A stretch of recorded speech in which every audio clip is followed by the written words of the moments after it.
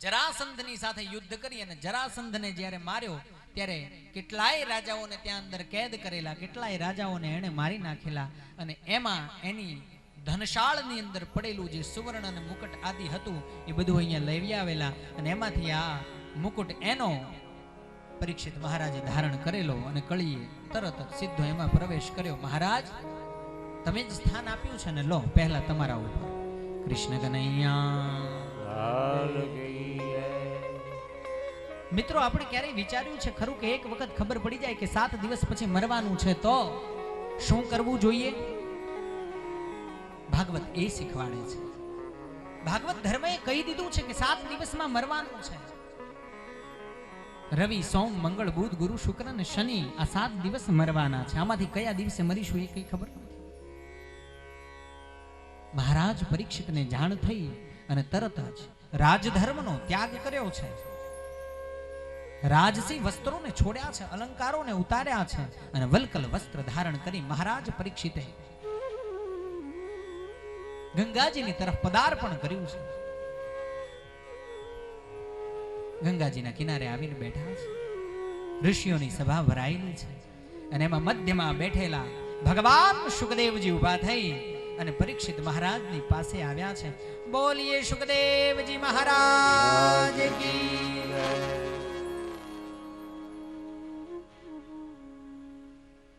પરીક્ષિતે પ્રશ્ન કર્યો છે, મહારાજ, મને 7 દિવસનો સમય મળ્યો છે. તક્ષક નામનો મહાઝેરી નાગ મને કરડશે અને મારું મૃત્યુ થવાનું છે. શુકદેવજી મહારાજ કહે છે, ઓહો,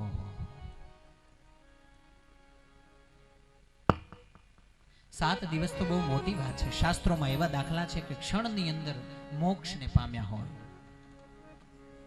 તો તારી પાસે તો 7 દિવસ છે, નિર્ભય બની ગયા છે. શુકદેવજીને મળીને પરીક્ષિત નિર્ભય થઈ ગયા છે. મૃત્યુનો ભય છોડાવનાર. સંસારનો ભય તો છોડાવે પણ મૃત્યુનો ભય પણ છોડાવે. નિર્ભીક થઈ અને એક પછી એક પ્રશ્ન પૂછવા લાગ્યા છે. અને શુકદેવજી મહારાજ પરમ પ્રેમથી શ્રીમદ ભાગવતજીની ગાથાને ગાતા ગાતા અનેક ચરિત્રોને સંભળાવ્યા છે. ભગવાનનું સ્વરૂપ સમજાવ્યું છે. ભગવાનના દ્વિતીય સ્કંદની અંદર બીજા અધ્યાયની અંદર ભગવાન ક્યારે કેવો છે વિરાટ નારાયણનું દર્શન કરાવ્યું છે પરીક્ષિતને. તમે જ્યાં બેઠા છો ત્યાંથી માંડી અને બ્રહ્માંડમાં, અખિલ બ્રહ્માંડમાં એક તું શ્રી હરિ જુજવે અનંત રૂપે ભાસ.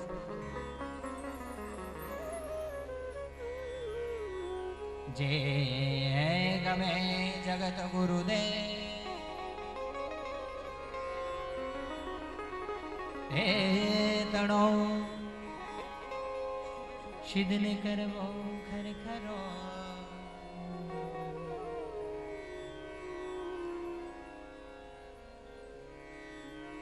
રાત અને દિવસની સાથે સૂર્ય અને ચંદ્ર ભગવાનના નેત્રો છે. જેટલા પણ બ્રહ્માંડના વૃક્ષો છે ને, જો શા માટે વૃક્ષોને, લીલા વૃક્ષોને શા માટે ન કપાય? જેટલા પણ વૃક્ષો છે ને ભગવાનની રૂવાટી છે. જેટલી પણ નદી વહી રહી છે ને એ ભગવાનની નાડીઓ છે. સમુદ્ર એ ભગવાનનું ઉદર છે.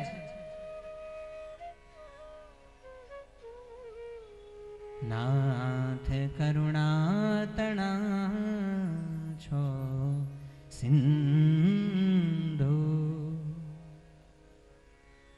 હું તો માંગુ છું એક જ બિંદુ. એક બિંદુમાં નહીં થાય ઓછું શ્રીનાથજી. લઈ જાજે તારા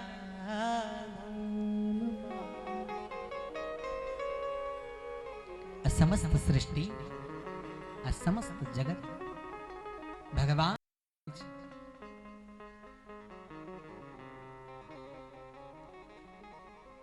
સર્વત્ર ભગવાન અને માત્ર ભગવાન. સ્થૂળ સ્વરૂપની વ્યાખ્યા થઈ. સૂક્ષ્મ સ્વરૂપની વ્યાખ્યા શું છે? તો જ્યારે સ્થૂળ સ્વરૂપમાં એટલે સામે જીવ છે કે જંતુ, માણસ છે કે પશુ, વૃક્ષ છે કે નદી, પ્રકૃતિ છે,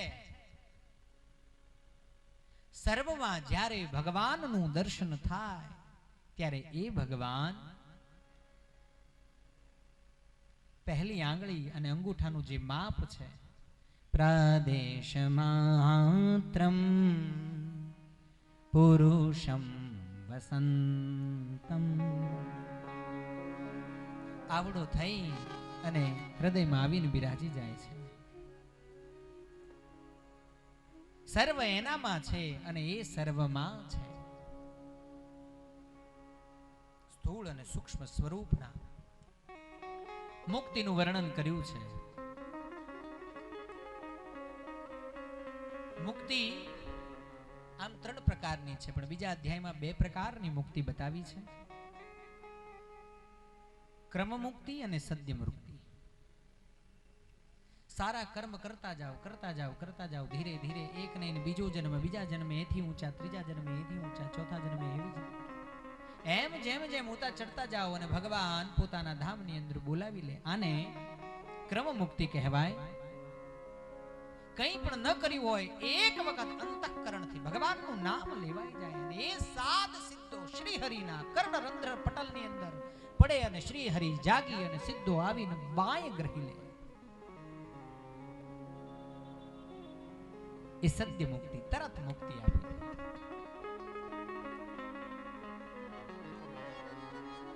કામનાઓ અનુસાર દેવતાઓની ઉપાસના, કયા દેવની ઉપાસના કોણે કેવી રીતે કરવી એ જ્યોતિષ શાસ્ત્ર બતાવે. તમારો જન્મ સમય, જન્મ સ્થળ અને તમારી તારીખ એટલે તિથિ,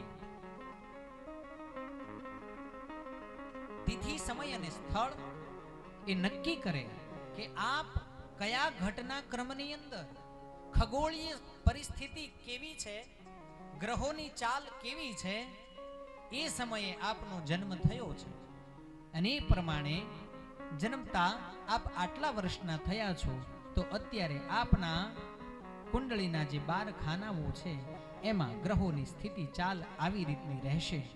સ્થળ એ નક્કી કરે કે આપ કયા સ્થળે જન્મ્યા છો.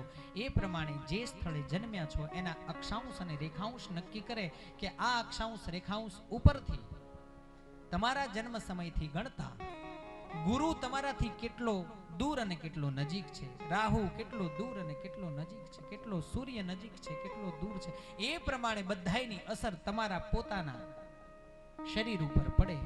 એ પ્રમાણે એના ફળ મળે અને એની ઉપરથી જાણી શકાય કે તમારે અત્યારે હાલ કયા દેવની ઉપાસના કરવી જોઈએ, જેનાથી આવતી મુશ્કેલીઓમાં થોડી રાહત મળે.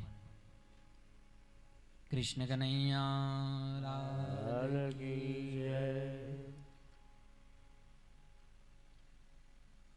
3, 4, 5 અને 6 ચારેય અધ્યાયની અંદર જ્યોતિષીય ખગોળીય જ્ઞાનની સાથે ભગવાનના વિરાટ સ્વરૂપનું દર્શન મેં જે આપને કહ્યું એ પ્રમાણે સર્વત્ર ઈશ્વર અને માત્ર ઈશ્વર જ છે.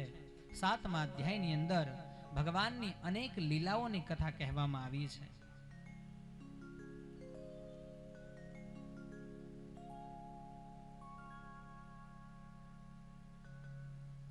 સાતમા અધ્યાયની અંદર ભગવાન શ્રી સુખદેવજી પરીક્ષિત મહારાજને વરાહ નારાયણ ભગવાનની કથા સંભળાવે છે, જે કથા આપણે ગઈકાલે જોઈ ગયા છીએ.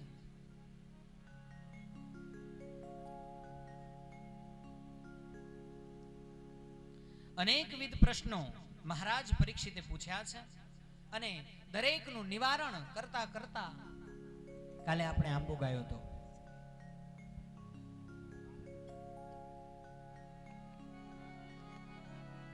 એ આંબાની અંદર આખું વર્ણન છે, કેટલાના સ્કંદ છે, કેટલા અધ્યાય, 335 અધ્યાયનો આ ગ્રંથ, આ સાત્વત સંહિતા.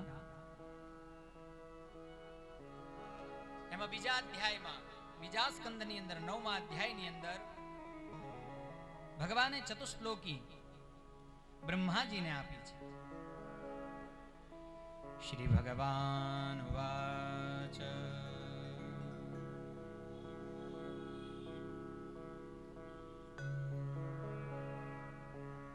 જ્ઞાનમ પરમ ગુહ્યમ મે યદ વિજ્ઞાન સંવિતમ સરહસ્યમ તદગમ ચ ગ્રહાણ ગદિતમ મયા. અને ભગવાને કહ્યું છે કે મેં તમને જે જ્ઞાન આપ્યું છે એ અતિ ગુહ્ય અને રહસ્યમય છે, એને આપ સાચવી રાખજો. સમય જતા એ 4 શ્લોક નારદજીને બ્રહ્માજીએ આપ્યા છે અને એ 4 શ્લોક નારદજીએ સમય આવે વ્યાસજીને આપ્યા છે.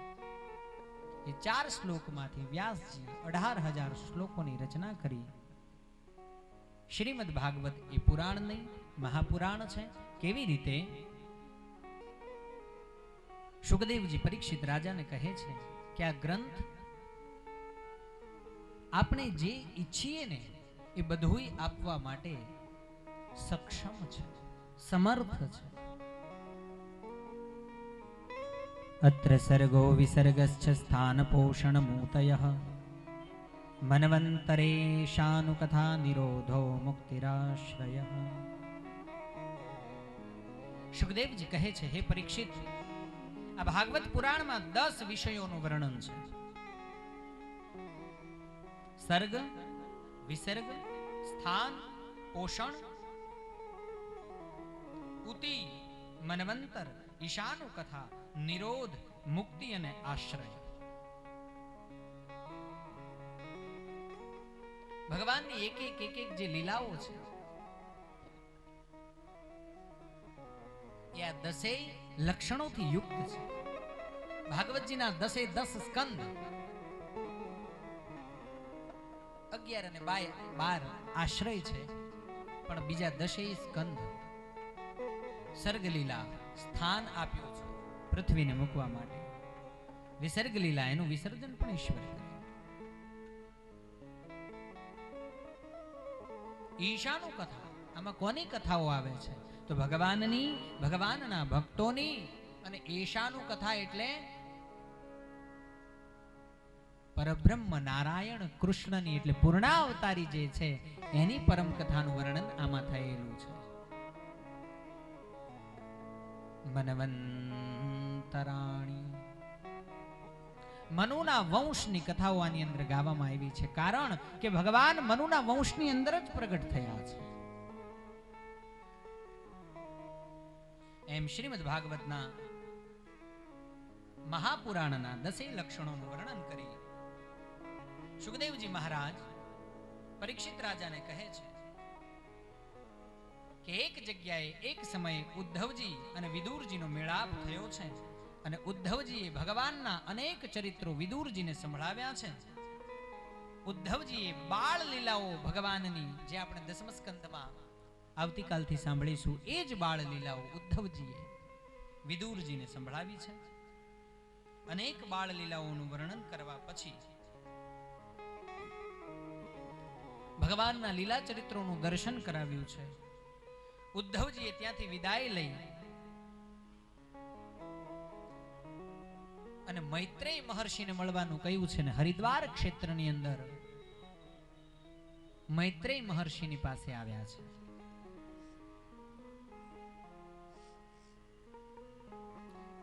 વિદુરજી અને ભગવાન મૈત્રેય મહર્ષિનો મેળાપ થયો છે.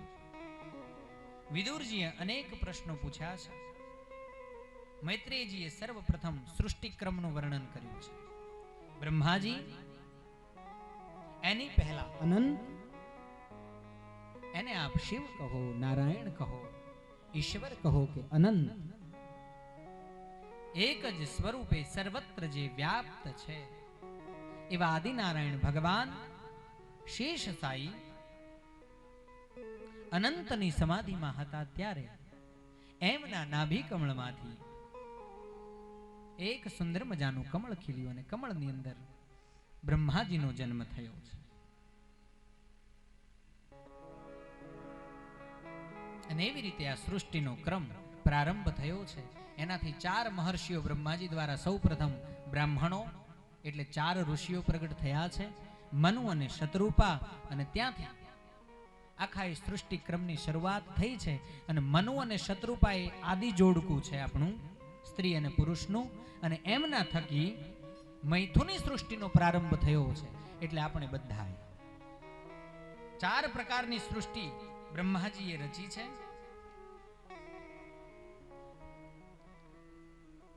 અંડજ, સ્વેદજ, જરાયુજ,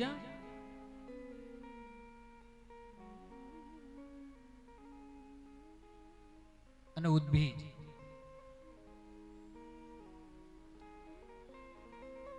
કોઈ કવર સાથે લઈને આવે, કોઈ કવર વગર આવે, પણ આવી 4 પ્રકારની સૃષ્ટિ છે. કોઈ આવે એવા જતા રહે, કોઈ વાતાવરણમાં આવે, વાતાવરણ પૂરું થાય એટલે જતા રહે.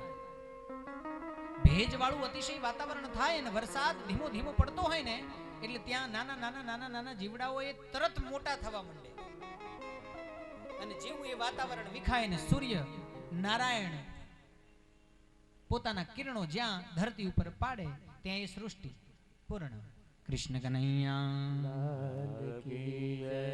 વિરાટ શરીરની ઉત્પત્તિનું વર્ણન કરી અને વિદુરજીના પ્રશ્નના જવાબો આપતા આપતા એના ઉત્તરમાં અનેક ભગવાનની લીલાઓનું વર્ણન કરતા કરતા 9મા અધ્યાયની અંદર બ્રહ્માજીએ ભગવાનની સ્તુતિ કરી.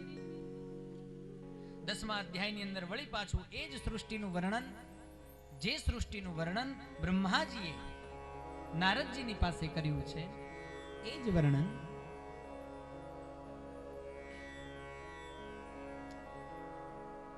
આજે સાંજ સુધી થોડી કથા અઘરી લાગશે. સાંજ પછી નકરા લેર ને ધુબાકા 3 દિવસ. પણ મેં તમને કહ્યું છે કે કથા નહીં છોડું.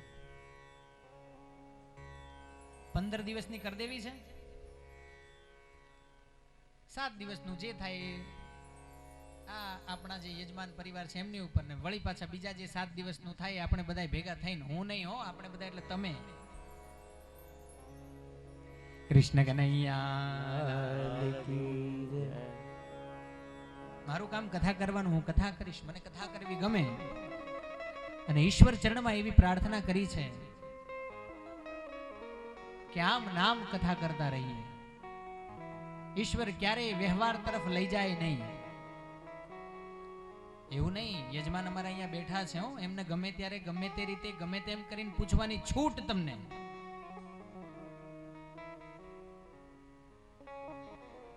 મધ્યમાં ઠાકોરજી કોઈ પણ પ્રકારનો વ્યવહાર, અમને એટલી ખબર છે કે ઠાકોરજી આપે ખરો, દેવડાવે ખરો, અને ખોટું નક્કી કરીને એના વિશે વિચાર્યા કરવું અને કથામાંથી મનને વાળી દેવું, એના કરતા સરસ મજાની કથા ન કર્યા કરીએ.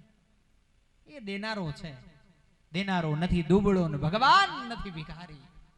પણ હું માગું ને તું મને દે એ મને વાત મંજૂર નથી. તારી કૃપા હોય અને તારે દેવું હોય ત્યારે એવી રીતનું તું દઈ જ દે. કૃષ્ણ કનૈયા.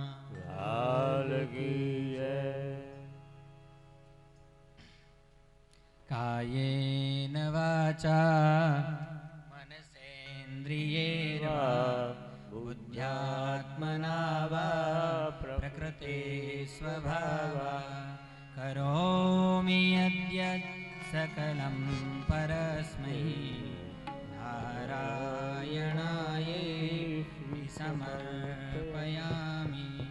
નારાયણાયેતિ સમર્પયામિ.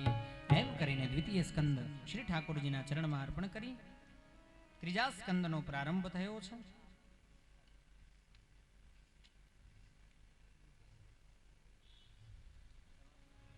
ભગવાનના લીલા ચરિત્રોનું જ વર્ણન ત્રીજા સ્કંદની અંદર પણ એ જ કથા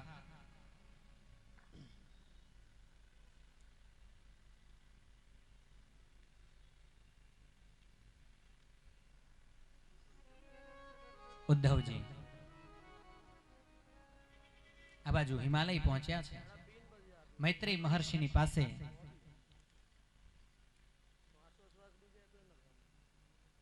વિદુરજી કથા સાંભળી રહ્યા છે.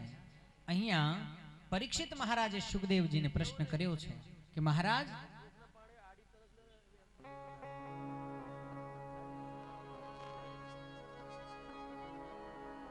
આ પ્રસંગની અંદર મેં સાંભળ્યું છે કે ભગવાનના અનેક અવતારો થયા અને એ અવતારોનું કારણ સનકાદિકો હતા. આ વાત સાચી છે તમારી, સનકાદિકો હતા. તો મારે એ કથા સાંભળવી છે. અને સુખદેવજી મહારાજે પરીક્ષિત રાજાને કહેવાની શરૂઆત કરી. આ બાજુ મૈત્રેય મહર્ષિએ વિદુરજીને કહેવાનો પ્રારંભ થયો છે. ઇતિ તદ્ગૃહ્ણતામ તેષામ મુનિનામ યોગધર્મિણામ એતૌ તૌ પાર્ષદૌ મહ્યમ જયો વિજય એવ ચ કદર્થી કૃત્યમામ યદ્ધો બાહ્વક્રાતામતિક્રમમ. એક વખતે સનકાદિકો, જેની ઉંમર 5 વર્ષની છે,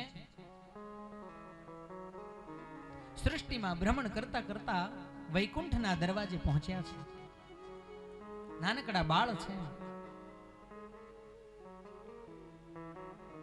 હરિશરણમ હરિશરણમ હરિશરણમ હરિશરણમ હરિશરણમ. જેના મુખમાંથી સુકાતું નથી એવા ચારેય બાળકો અતિ નિર્મળ,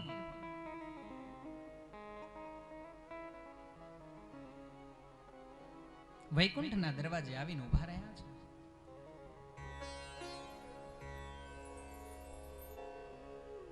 બે પાર્ષદો ઉભા છે. ભગવાનના મજબૂત પાર્ષદો. ચારેય જણાએ હાથ જોડ્યા છે. હે પાર્ષદો, કૃપા કરો, અમારે ભગવાનનું દર્શન કરવું છે. પાર્ષદોએ કહ્યું, સાંભળો, મધ્યાહ્નનો સમય છે, ભગવાન આરામ કરી રહ્યા છે, સૂતા છે, તમે પછી આવજો. સનકાદિકોના કાનમાં જ્યાં શબ્દો પડ્યા અને વળી પાછી બ્રાહ્મણોની ભ્રુકુટી વાકી થઈ. સનકાદિકોએ જય અને વિજયને ફરીથી કહ્યું કે આપ ભગવાનને અમારા આવ્યાના સમાચાર આપો અને કહો સનકાદિકો આવ્યા છે અને અમારે તમારું દર્શન કરવું છે. આટલું જઈને કહો. જય અને વિજય. અને હંમેશા ચા કરતા કેટલી ગરમ જ હોય.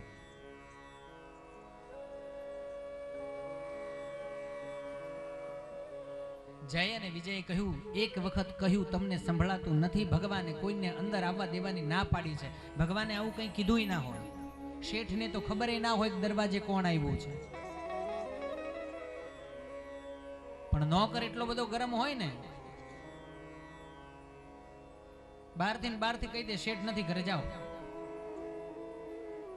જય અને વિજયે દોષ કર્યો છે સનકાદિકો.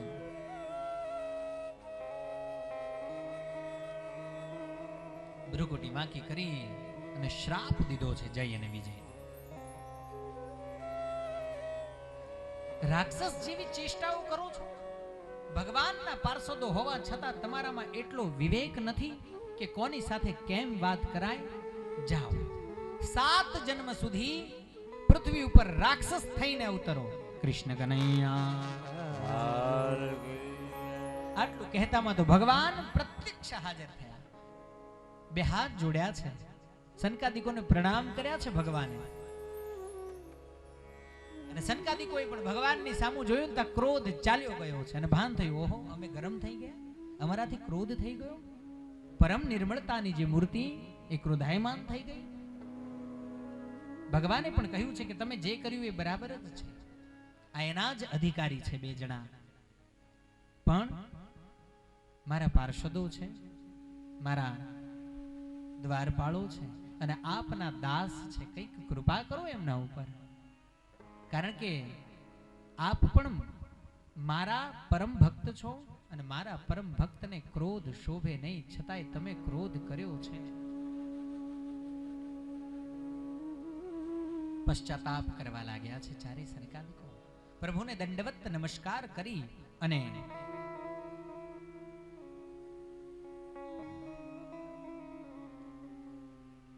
સનકાદિકો કહે છે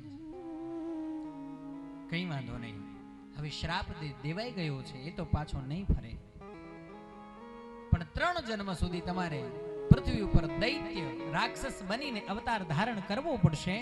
તમારા ઉપર કૃપા એટલી કે જ્યારે જ્યારે તમે રાક્ષસ થઈ અને અવતારને ધારણ કરશો ત્યારે ત્યારે ભગવાને વૈકુંઠ છોડી નીચે આવી અને તમારો ઉદ્ધાર કરવો પડશે. કૃષ્ણ કનૈયા લાલ કી જય, ભાગવત ભગવાન કી જય. અને એ જ પ્રથમ અવતારે હિરણ્યાક્ષ અને હિરણ્યકશ્યપુ ગઈકાલે જે કથાને જોઈ ગયા છીએ, મૈત્રેય મહર્ષિ કહે છે, હે વિદુરજી, બ્રહ્માજીના કહેવાથી અંધકારનું કારણ જાણીને દેવતાઓની શંકાનું નિવારણ થઈ ગયું છે. સ્વર્ગલોકમાં પાછા આવી ગયા છે. કેમ? કારણ હિરણ્યાક્ષ અને હિરણ્યકશ્યપુ જન્મી ગયા છે, ઘોર તપશ્ચર્યા કરી ચૂક્યા છે, અને હિરણ્યાક્ષે બ્રહ્માજીની પાસેથી વરદાન મેળવી લીધા છે અને પૃથ્વીને અનંત પાતાળની અંદર પધરાવી છે. દેવતાઓ ભગવાનની પાસે સન્મુખ ભગવાને વરાહ નારાયણનું રૂપ ધારણ કર્યું છે અને પૃથ્વીનું વળી પાછું સ્થાપન કર્યું છે. બોલીએ વરાહ નારાયણ ભગવાન કી જય.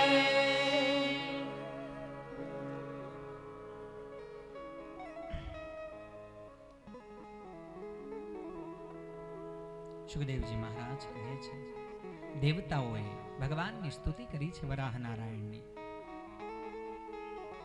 નમો નમસ્તે ખિલયજ્ઞતંતવે સ્થિતો ગૃહીતા મલસત્વમૂર્તય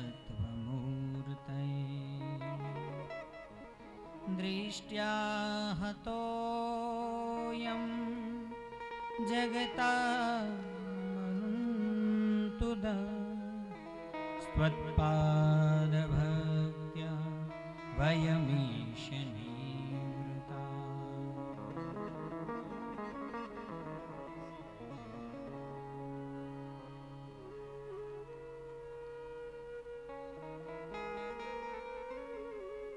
વળી પાછું પૃથ્વીનું સ્થાપન થયું છે.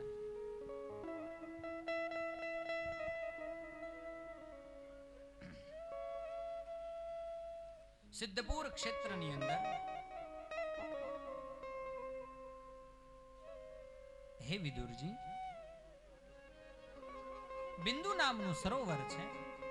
એ સરોવરના કિનારે એક નાનકડા આશ્રમની અંદર ભગવાન કરદમજી રહી રહ્યા છે. ભગવાનની પરમ તપસ્યાને કરનારા છે અને ભગવાને એમને વરદાન પણ આપેલું છે.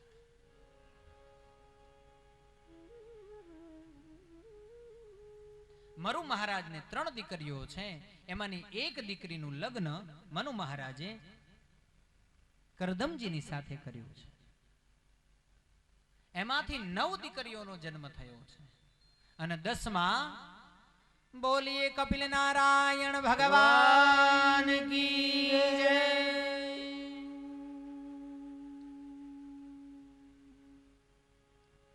પહેલું વિમાન આપનાર કરદમ મહર્ષિ 7 માળનું વિમાન બનાવ્યું હતું અને આખા બ્રહ્માંડનો જેટલો વૈભવ હતો ને એ આ જહાજની અંદર હતું અને ઉડતું જહાજ વળી પાછું.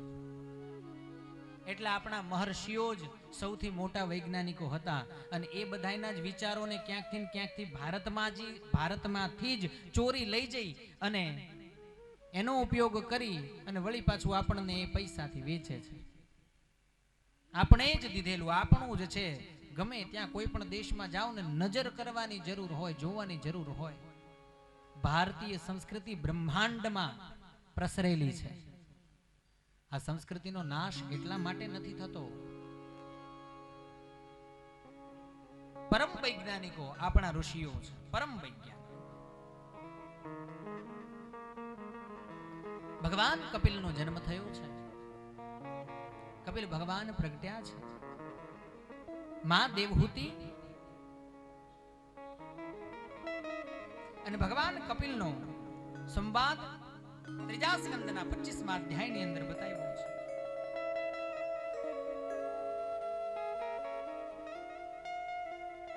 ભક્તિ વિશે પ્રશ્નો કર્યા છે, યોગ વિશે પ્રશ્ન કર્યા છે, જ્ઞાન વિશે પ્રશ્ન કર્યા છે, સૃષ્ટિ વિષયક પ્રશ્નો કર્યા છે, ખગોળીય પ્રશ્નો,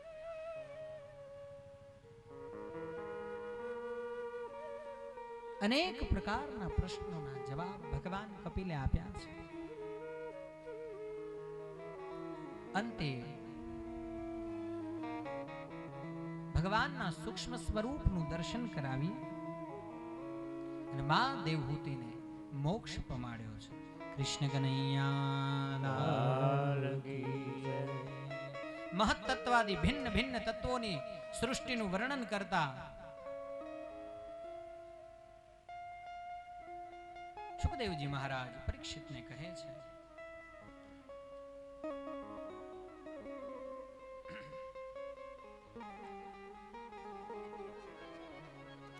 હે ભગવાન, હે રાજન, હવે આપ શું સાંભળવાની ઈચ્છા રાખો છો? ત્યારે મહારાજ પરીક્ષિત કહે છે, તમે મને ભગવાન કપિલના જન્મની કથા કહી, પણ આ મા દેવહૂતિ કોના દીકરી હતા? સુખદેવજી મહારાજ કહે છે, મનુ મહારાજના દીકરી હતા. તો મારે એ મનુ ભગવાનની કથા સાંભળવી છે. અને મનુના વંશની અંદર મેં સાંભળ્યું છે કે અનેક અવતારો ભગવાને ધારણ કર્યા છે. તો મને આપ હવે એ કથા સંભળાવો. સુખદેવજી મહારાજે પરીક્ષિત રાજાને ચોથા સ્કંદની અંદર સ્વયંભૂ મનુની પુત્રીઓનો વંશ સંભળાવ્યો છે કે જેમાં ભગવાન અવતારને ધારણ કરીને આવ્યા છે. મૈત્રેય ઉવાચ મનોસ્તુ શતરૂપાયામ તિસ્રકન્યાશ્ચ જગ્નિરે. કેટલી દીકરીઓ છે? 3. કોને? મનુ મહારાજને. આકુતેર દેવહૂતિશ્ચ પ્રસૂતિરિતિ વિશ્રુતા. કોણ કોણ? એના નામ શું છે? તો આકુતિ, દેવ અને પ્રસૂતિ, વિશ્રુતા. આવી રીતે 3 દીકરીઓ છે સ્વયંભૂ મનુ મહારાજ.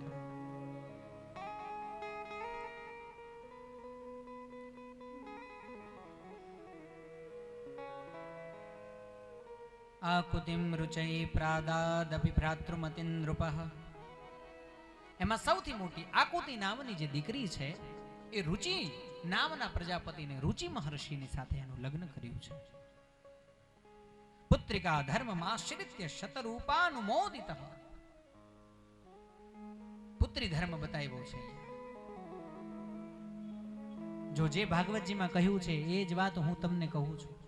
મનુસ્મૃતિમાં જે વાત કહી છે એ જ વાત હું તમને કહું છું. આપણું શાસ્ત્ર જે વાતને સ્વીકારે છે, કહે છે કે જેનાથી સમાજમાં રહેતા સંસારીઓનું કલ્યાણ થાય અને એને ક્યારેય કાળપ ન ભોગવવી પડે, એ વાત હું તમને કહું છું. શાસ્ત્ર કહે છે કે દીકરી 13 વર્ષની થાય ને ત્યારે એનું વ્યભિચાર કરી દેવું જોઈએ. કૃષ્ણ કનૈયા લાલ કી જય. 13 વર્ષની દીકરી થાય ને એટલે એની સગાઈ કરી દેવાય. પણ અત્યારે જેટલી છૂટ આપો છો એટલી બધી નહીં.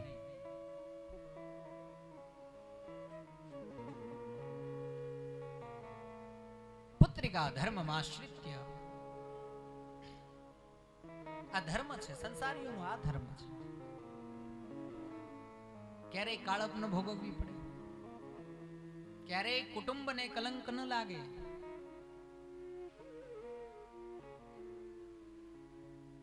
કારણ સ્ત્રી અને પુરુષ એ પરત્વ ભાવથી સર્જિત થયેલા છે અને પરત્વકાંક્ષી છે. એકમેકના હૃદયમાં વસવા જોઈએ. સમજણ નથી ત્યાં સુધી એના માટે એનું સર્વસ્વ એના માતા અને પિતા છે. એમાં પણ દીકરી હોય એ બાપ તરફ ઢળેલી હોય અને દીકરો મા તરફ ઢળેલો હોય. ગમે એવું ખરાબ કામ કરીને આવ્યો હોય ને તોય માં ચુંદડીના છેડે એના કામને ઢાંકે દીકરાના. પણ બહુ સહન ના થાય ને ત્યારે એક બે વખત કે હવે તારા બાપાને કહી દઈશ હો, પણ કે નહીં કોઈ દિવસ.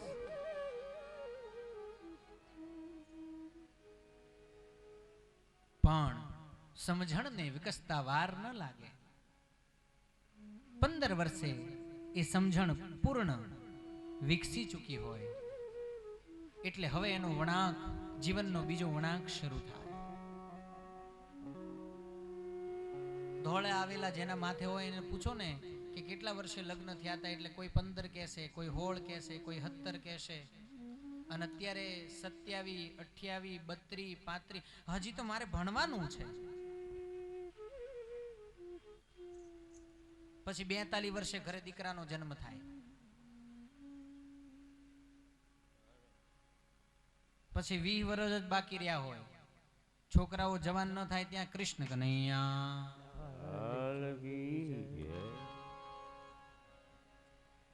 પુત્રિકા ધર્મમાશ્રિત્ય શતરૂપાનુમોદિતઃ પ્રજાપતિ સ ભગવાન રુચિસ્તસ્યામજીનતઃ.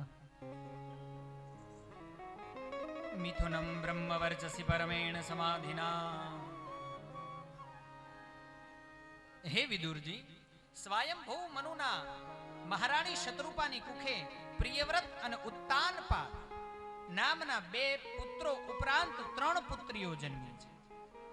તેઓ આકુતિ, દેવહૂતિ અને પ્રસૂતિના નામે વિખ્યાત થઈ છે. મહારાજ મનુએ મહારાણી શતરૂપાની અનુમતિથી આકુતિના લગ્ન આકુતિને ભાઈઓ હોવા છતાં પુત્રિકા ધર્મ પ્રમાણે રુચિ પ્રજાપતિ સાથે કર્યા છે. કૃષ્ણ કનૈયા.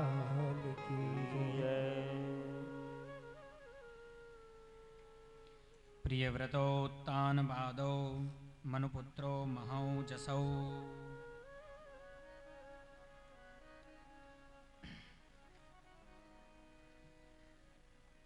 ભગવાન આપે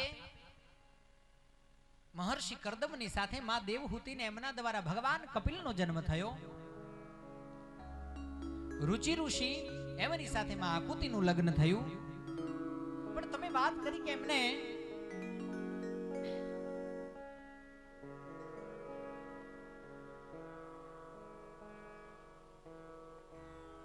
બે દીકરાઓ પણ હતા. હા, પ્રિયવ્રત અને ઉત્તાનપા. અને ભગવાન અમે એવું પણ સાંભળ્યું છે કે ત્રીજી દીકરીનું લગ્ન એમણે દક્ષ પ્રજાપતિની સાથે કરેલું. પ્રસૂતિ નામની જે ત્રીજી સૌથી નાની જે દીકરી એને પ્રજાપતિ દક્ષની સાથે પરણાવેલી. અને એમની સૌથી નાની દીકરી સતી, એનું લગ્ન ભગવાન ભોળાનાથની સાથે થયેલું. અને પ્રજાપતિ દક્ષ અને ભગવાનને વૈમનસ્ય થયેલું. આ વાત સાચી? મને એ કથા સંભળાવો. અને મહર્ષિ મૈત્રેય વિદુરજીને અને શ્રી સુખદેવજી પરીક્ષિત મહારાજની કથા કહેવાનો પ્રારંભ કરે છે. ભવે શીલવતામ શ્રેષ્ઠે દક્ષો દુહિતૃવ.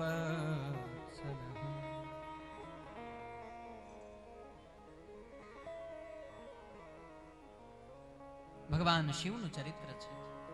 અને ભગવાન શિવ એ પરમ વૈરાગી છે. એક સમયની વાત, સ્વયંભૂ નામના મન્વંતરની અંદર આ સ્વયંભૂના સૌથી નાના દીકરી પ્રસૂતિનું લગ્ન દક્ષ પ્રજાપતિની સાથે થયેલું. એની 16 દીકરીઓ, એમાં સૌથી નાની સતી ન ઈચ્છા હોવા છતાં પણ મહાદેવની સાથે દક્ષ પ્રજાપતિ એનું લગ્ન કરાવ્યું છે. સમય જતા પરમપિતા ધાતા પ્રજાપતિ બ્રહ્માજીએ અમુક સમય માટે થઈ અને પોતાના ભાગનું અમુક શાસન, અમુક સત્તા પ્રજાપતિ દક્ષના હાથમાં સોંપી છે. આમ તો દક્ષ એટલે અભિમાન, દક્ષનો અર્થ જ અભિમાન. અને સત્તા જ્યાં હાથમાં આવી ત્યાં કમાન છૂટી. પ્રજાપતિનું જ્યાં આસન મળ્યું, શાસન મળ્યું, સત્તા મળી,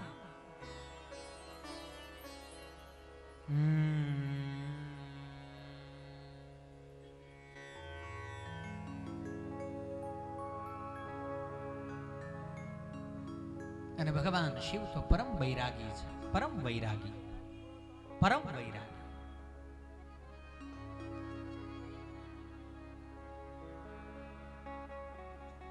જેવી સત્તા હાથમાં આવી કે તરત જ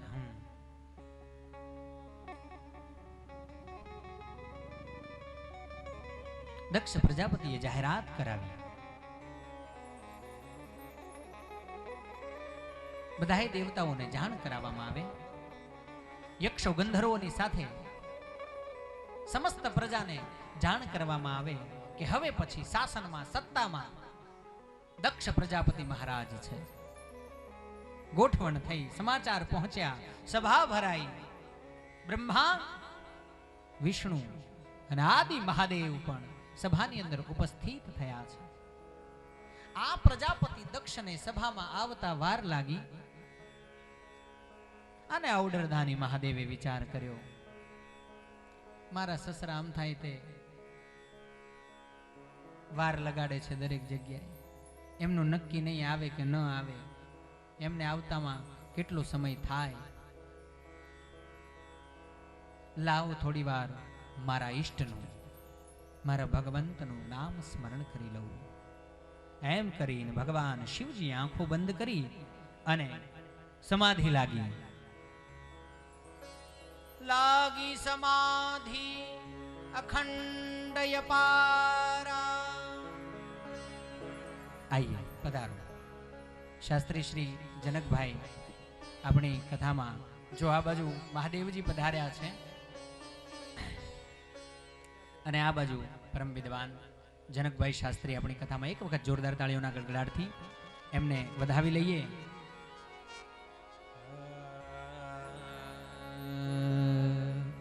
ઓમ નમઃ શિવાય, ઓમ નમઃ શિવાય. હરે હરે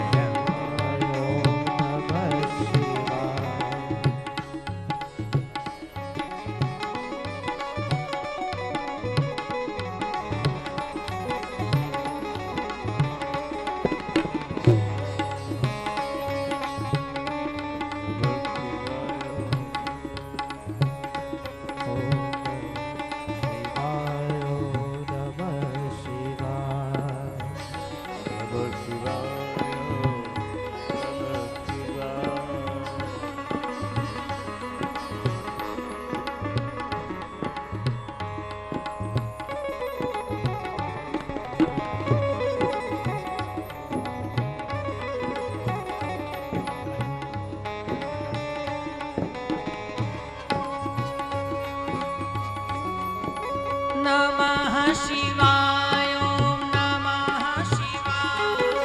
હર હર ભોલે નમઃ શિવાય.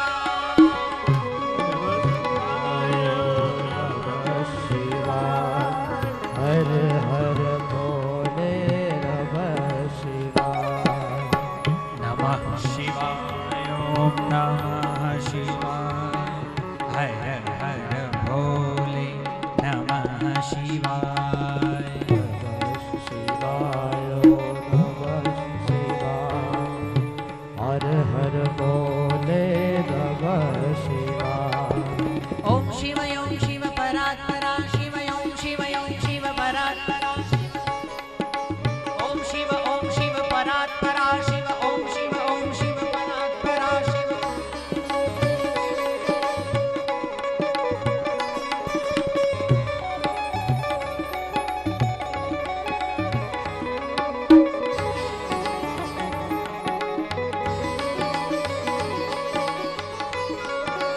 ઓમ શિવ તાળી.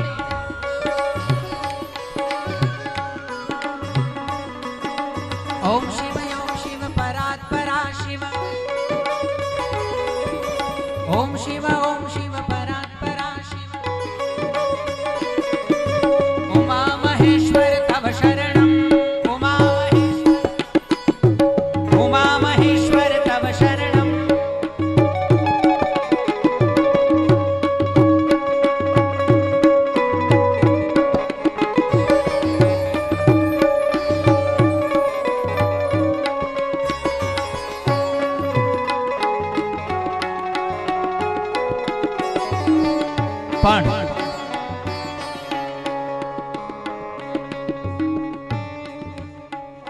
સમાધિમાં કોણ છે? મારો મહાદેવ.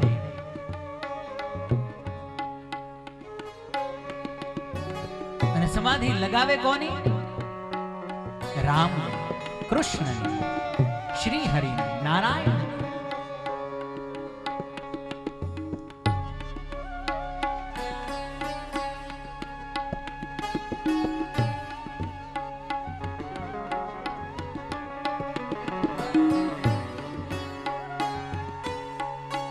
આ બાજુ દક્ષ પ્રજાપતિનું આવવું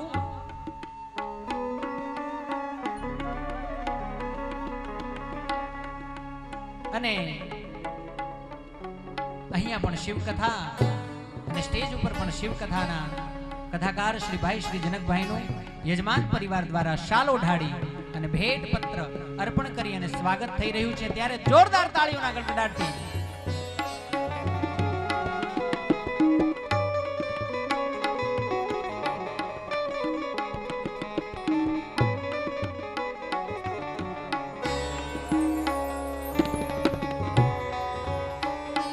મહાદેવજીને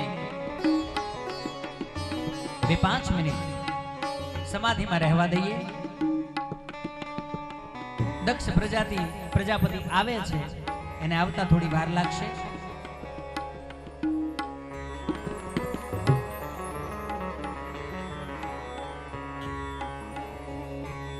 કથામાં ક્યારેક ક્યારેક કોઈનું આવવું પણ કંઈક સંકેત હોય છે.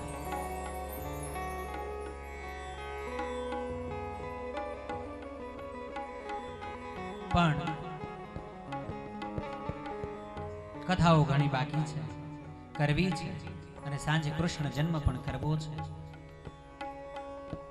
સમયને અનુરૂપ આવેલા મહેમાન શ્રી અમારા પરમ મિત્ર શ્રી ભાઈ શ્રી જનકભાઈને આપણે વિનંતી કરીએ કે પ્રસંગોચિત આપણને એમની વાણીનો લાભ આપે. ભાઈ શ્રી જનકભાઈ.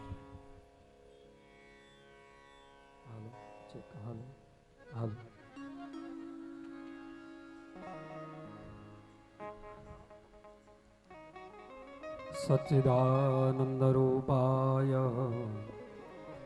विश्वोत्पत्त्यादिहेतवे तापत्रय विनाशाय श्रीकृष्णाय वयं नमः. मृत्युञ्जय महादेव त्राहि मां शरणागतम्.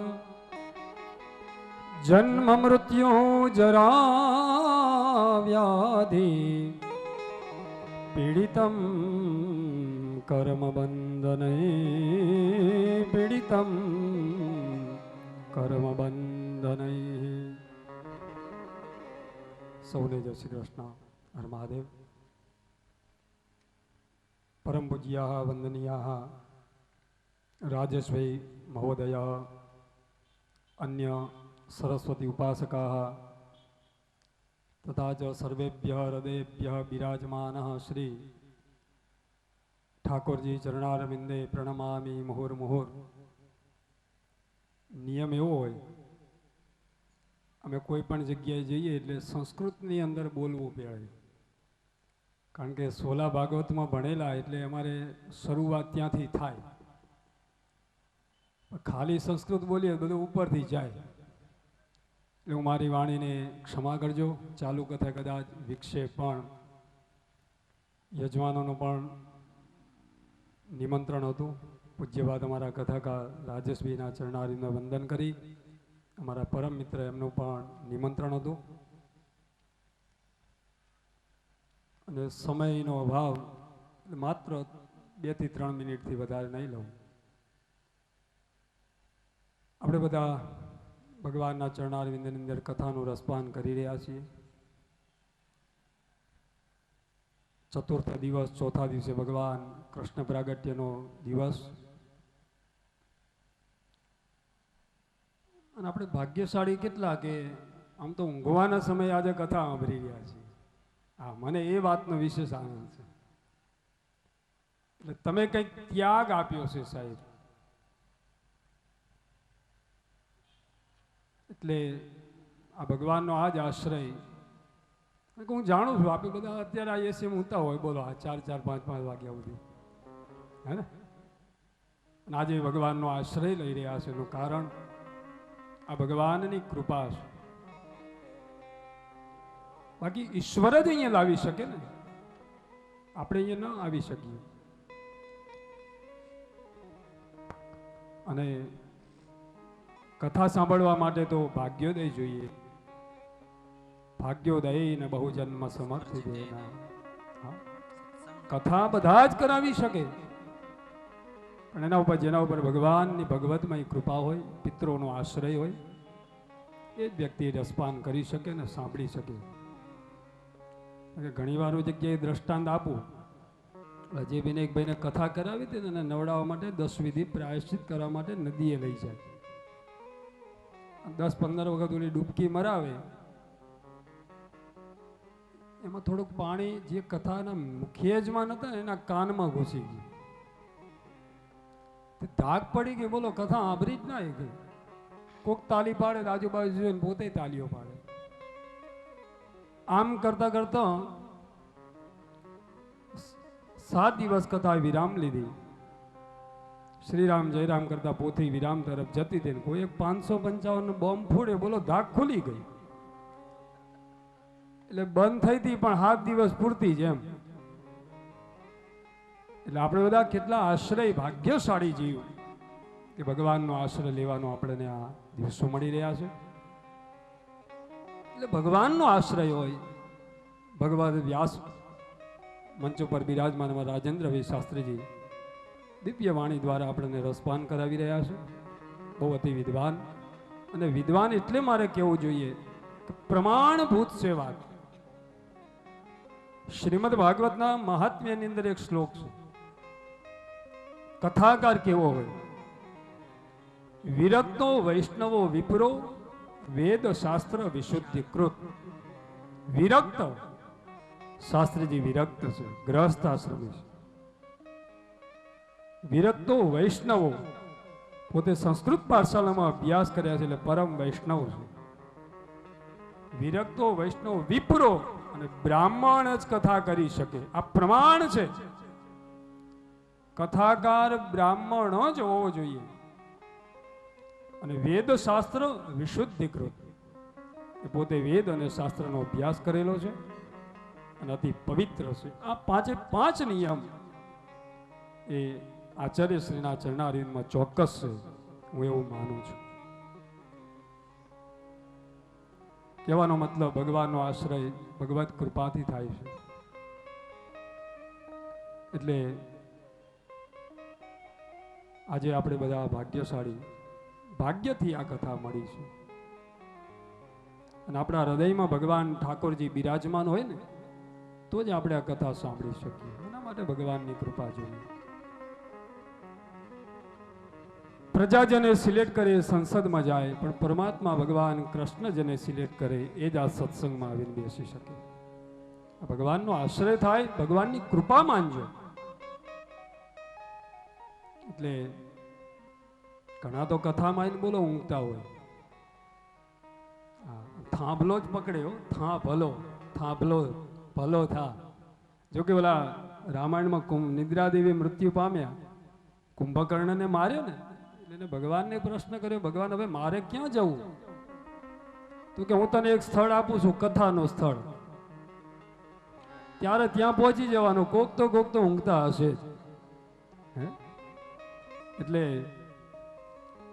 કથા સાંભળવા માટેના હું એવું માનું ઘણા અલગ અલગ નિયમથી આવતા હોય. કોઈ એવું કે ભાઈ આપણા પટેલ આપણા ખાસ પ્રયોજનથી આપણને નિમંત્રણ આપ્યું, ચલો આપણે જવું જોઈએ. ઘણા સંબંધ સાચવવા આવતા હોય, ઘણા તો શાસ્ત્રીઓની ભૂલો કાઢવા આવે. અમે બહુ કથા સત્સંગ સાંભળ્યો છે. અમારા ગુરુજી કહેતા ઘણા તો ચપ્પલ બદલવા આવે. રાજેશભાઈ, હા, ભૂલથી બદલાઈ જાય બીજાના. કહેવાનો મતલબ, તમે અહીંયા આ ખરા બપોરે અહીંયા સાહેબ આ કથા સાંભળી રહ્યો છો એનો આશ્રય હું એવું માનું છું કે આ ભગવાનની કૃપા હોય એ જ કથા સાંભળી શકે, બાકી કથા ન સાંભળી શકે.